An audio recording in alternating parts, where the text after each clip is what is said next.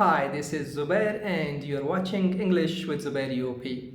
In this video about history of English literature, we are going to discuss one of the supremely talented poets and dramatists in the history of English literature as well as the history of the world. The earth has never seen such a magnificent writer, such a brilliant man with such creative eyes. When we speak of this man without naming him, we know that it can't be anyone else than William Shakespeare. Born in 1564 to Father John Shakespeare in a village Stratford-upon-Avon in Warwickshire, he did go to King Edward Grammar School where he watched Latin and Greek plays performed firsthand. His father's fortune declined soon and he was passed on poverty and misery. He made theatre his source of earning and living. At the age of 18, he married Anne Hathaway. But more than family life, it is the stage that attracted him. Stage was his beloved. Writing was his aim. He knew that in order to become timeless artist, he must write poetry. That is why in history he is remembered as a great sonneteer and a hugely popular playwright. His life and career saw piecemeal and gradual development over the period of time. He did not become surpassingly great writers overnight. It has had a history of growth over the period of time. Critics and writers have divided his his career into four phases. Period 1, period 2, period 3 and period 4. The first phase is what some writers call in the workshop phase, or that is where he is mostly an apprentice. In the first phase of comprising 1589 to 1595, he wrote chronicles, history plays, as well as some comedies. But the plays at this time are regarded as the work of an apprentice. He lacks control over language, so does over character. The plays are written slipshod, not masterly crafted. Yet it does show the great beginning. Some plays are still remarkable. For example, Romeo and Juliet is the product of the first phase. The other plays include King Henry VIII Part 1 and King Henry VIII Part 2, Richard III, and Love, Labour's Lost, etc. The second phase is what we call the world. That is where Shakespeare is delight. The second phase of his career is known as the world. Here, Shakespeare seemed to have more understanding of life. As young he himself is, he does show his youth through his writing. Shakespeare is lively, he is delightful, and during this phase he produced some wonderful comic plays. Plays like Taming of the Shrew, Twelfth Night, As You Like It, etc. are the product of this time period. That is where Shakespeare is passionate, full of emotions, but these emotions and passion is guided to make the audience happy and enjoy themselves watching performance on stage. The third phase is what writers call out of depth. Shakespeare is now digging deep into moral, philosophical and psychological world. In this phase, from 1601 to 1608, Shakespeare mostly wrote tragedies. This phase that Shakespeare produced his all-time great plays like Hamlet, Julius Caesar, Macbeth, and Othello, etc. These are the plays which bestowed timeless grandeur upon Shakespeare.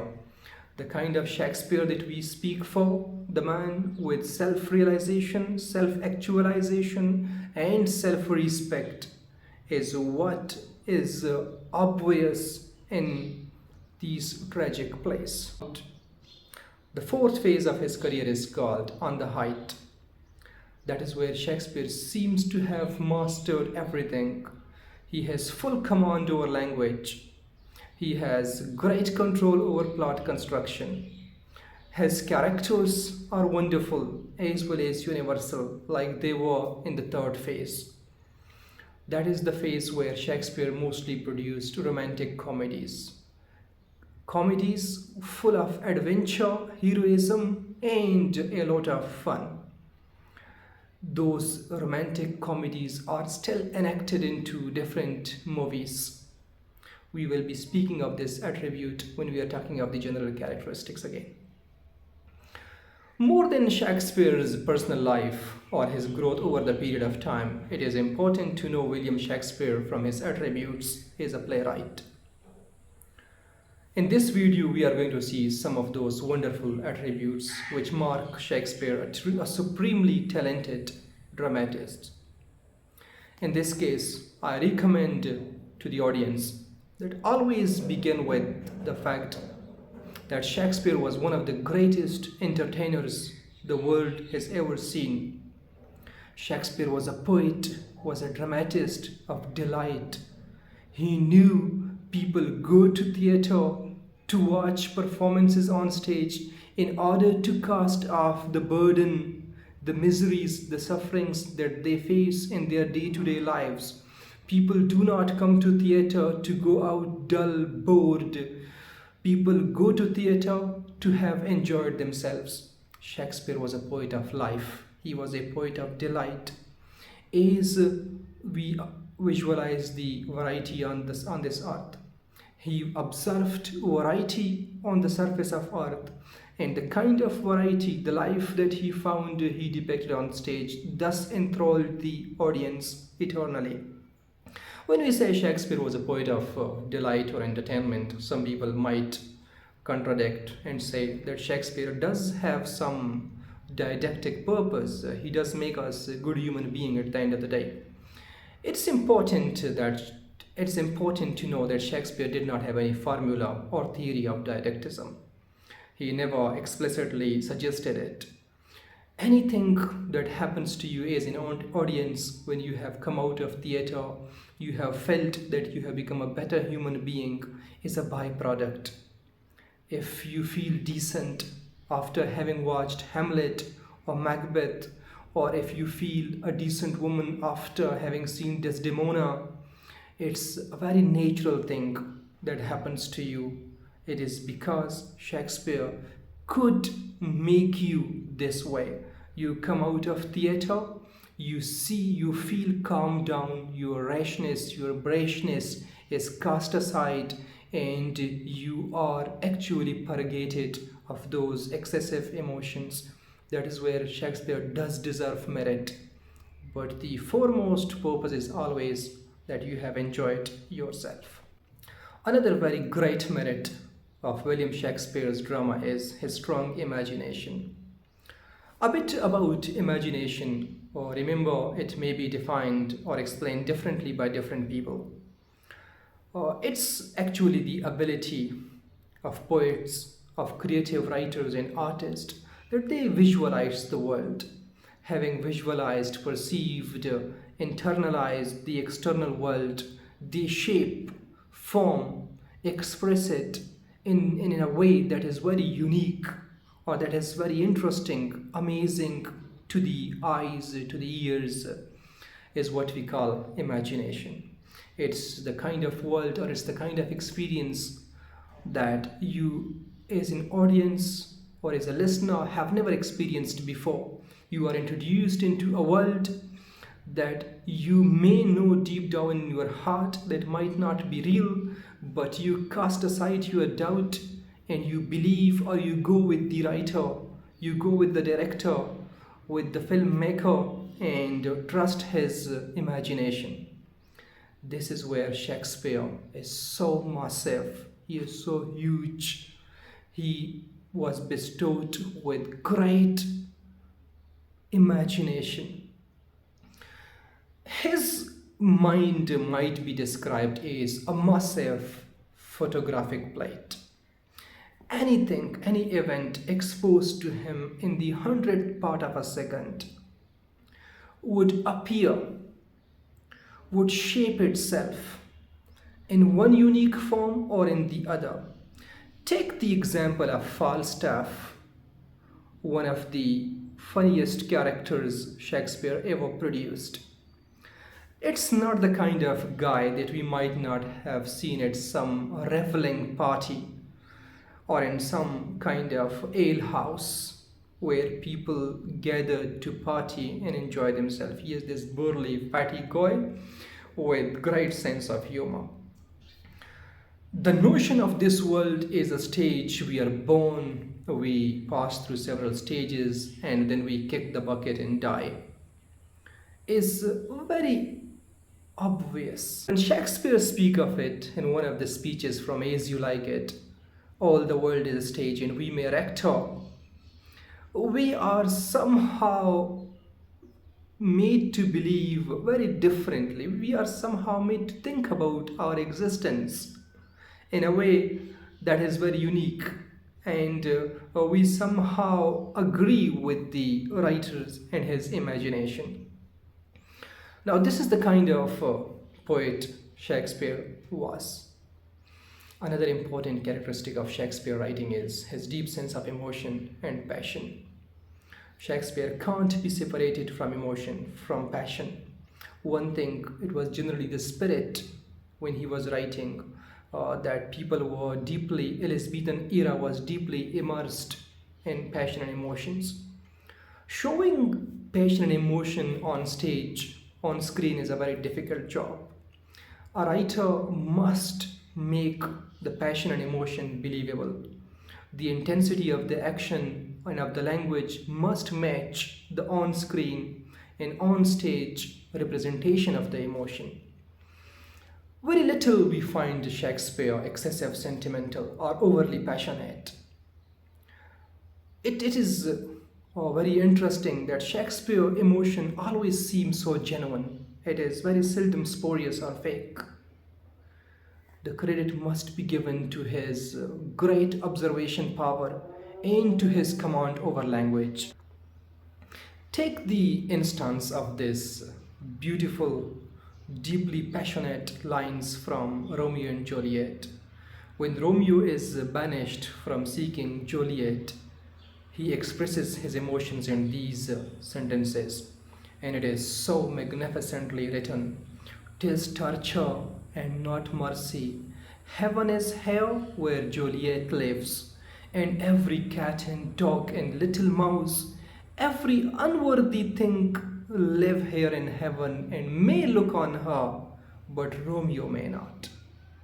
Now, this is such a deeply emotional sentence where Romeo feels that he is the only guy on this surface of earth who is not allowed to see Juliet. These lines are such good example of Shakespeare's intensity of emotions and passions. Every mean creature on the surface of earth can see Juliet and Romeo can't. Can there be more dreadful misery on earth than this? Shakespeare's emotion and passion has a lot to do with another great characteristic and merit of his drama. That is, Shakespeare is a writer of relationship. The study of emotion and passion can't be separated from relationship. In all the plays that we read about William Shakespeare, particularly the tragedies, the catastrophe usually emanates when cracks appear in relationship. We are going to witness a storm, a deluge, which can't be stopped. Whether it's Macbeth or whether it's Hamlet. This is also true of King Lear. Having given all to his daughters, King Lear deprived himself of everything. Deep down in his heart, he is convinced that his daughters are his own blood and they were never going to go wrong. But in the process, he fails to understand human nature and the greed that might be found in the closest in the relationship. The same is true of Hamlet. Hamlet's mother, having developed her relationship with Hamlet's uncle, Hamlet is unable to reconcile himself with his mother treachery and his uncle debauched nature. The important thing here is that emotions and passions rule the roost. They are so important in Hamlet and in King Lear and in Romeo and Juliet because these plays are woven around some kind of basic instinctual relationship among the main character. Those characters must live through those genuine feelings and emotions. When those genuine feelings and emotions are counterfeited, we get characters like Edmund who are so good at feigning fake emotions. The audience may be ahead of the king or other good characters to see those fake or feigned emotions in fake people. But the central figures cannot detect that unless the final catastrophe has occurred. So important thing here is that emotions, passions must be studied in relationship to Shakespeare's greatest merit, that is, he is a dramatist of relationship. Another very closely linked to this feature of relationship is Shakespeare development of characters or characterization. Shakespeare's characters are universal. They have lived through ages. Still people speak in metaphors about the characters. We on daily basis encounter Iago, Edmund, Macbeth, Othello, etc. Because these characters stood for some universal human attribute. When we speak of indecisiveness, Hamlet comes to our mind. When we speak of jealousy, Othello comes to our mind. When we speak of overambitiousness, it is Macbeth whose spirit seems to have permeated this universe. Not only Shakespeare characters are universal, they were also individual, bestowed with all the humanly qualities. Humans are complex beings, and so are Shakespeare's character. They can't be debunked as totally diabolic, and they can't be adulated as angelic characters. They are characters living through virtues and evils. Shylock, in spite of the fact that he is extremely greedy, he is diabolic, who would lend money to people and in return would take high rate of interest, yet he has some genuine qualities. He has great scholarly figures. Some of the quotes, some of the words that he uttered in The Merchant of Venice are still quoted as an example of vengeance and revenge. When you wrong people, you can't expect them to be good to you in return. Shylock was wronged. His religion, his clothes, the way he would walk, the way he would talk, they were ridiculed. And Shakespeare has presented him in a manner that he can't be detested or hated totally. That's why at the end of the play he is rescued. Now, important thing here is the art of characterization, where Shakespeare is both universal as well as individualistic in his presentation of characters. Having just spoken of Shakespeare characterization, it is right time to discuss a unique feature of Shakespeare, that is being faulty genius. Shakespeare was not infallible, yet Shakespeare was genius. The oxymoron faulty genius refers to the fact that Shakespeare was erring. He erred on the side of plot construction. He was detested by French critics for deviating Aristotle's definition of tragedy. Of course, Shakespeare did deviate. Yes, Shakespeare deviated. But in the process of deviating from the norms, from the rules that Shakespeare devised, yet deviating from the norms, rules and regulation that Aristotle recommended, Shakespeare came up with his own formula of writing tragedies. Greek critic Aristotle recommended that tragedy must have a single plot. Shakespeare deviated from this norm. He invented two plots.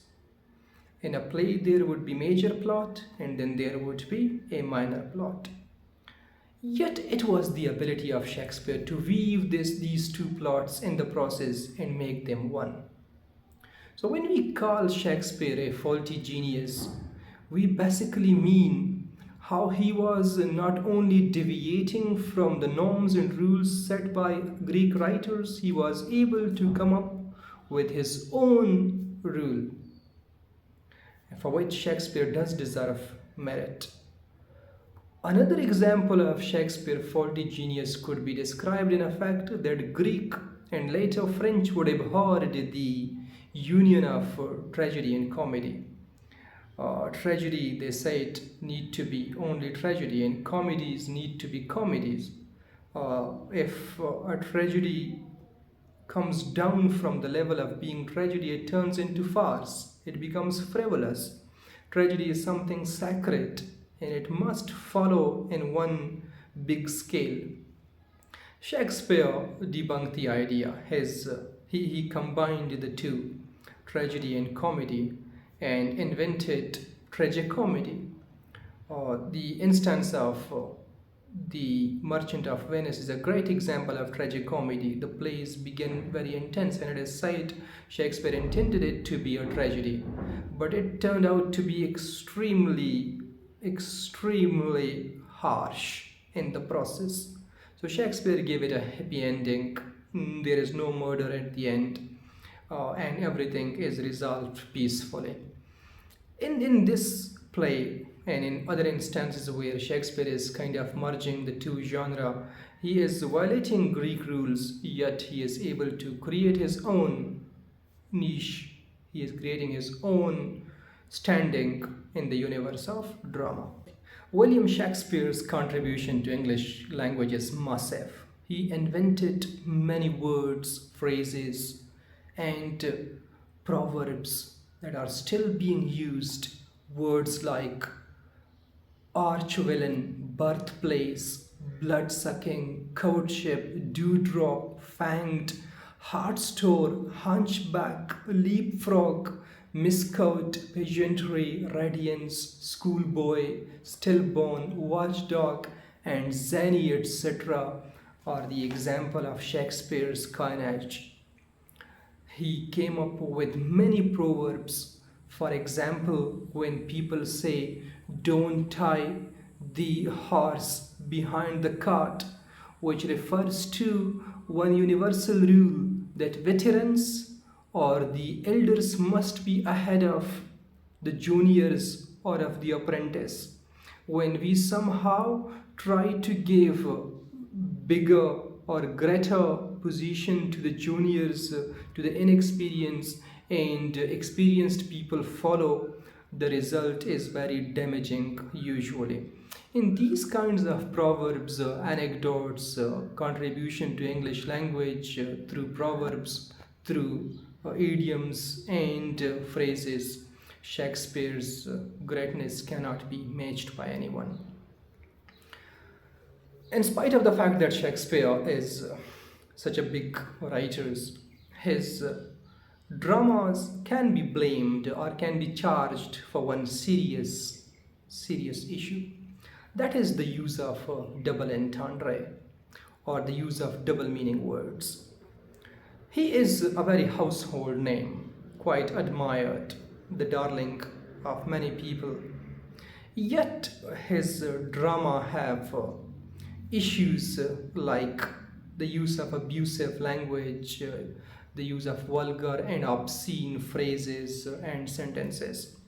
In King Lear, when the cool says, "It is such a weather to cool a lady's pride," this might sound sour or distasteful to the palate. The sentence might be described very misogynistic at the same time. Shakespeare humor, irony, and sarcasm are usually bawdy, or they are obscene.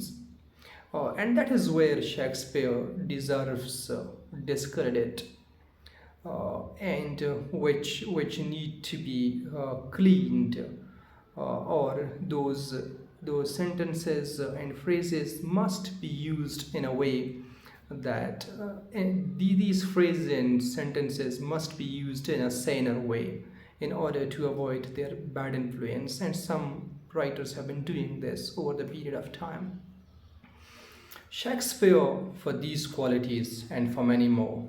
This is not the end. Shakespeare is inexhaustible. He continues to live on. People, researchers in academias have been still working on his plays. This might be described a very preliminary introduction to William Shakespeare. There is much more to it. Thank you so much for watching this video. If you like it, do recommend the video and the channel to your friends. Do subscribe to the channel as well. There is so much more on this one. Thank you so much.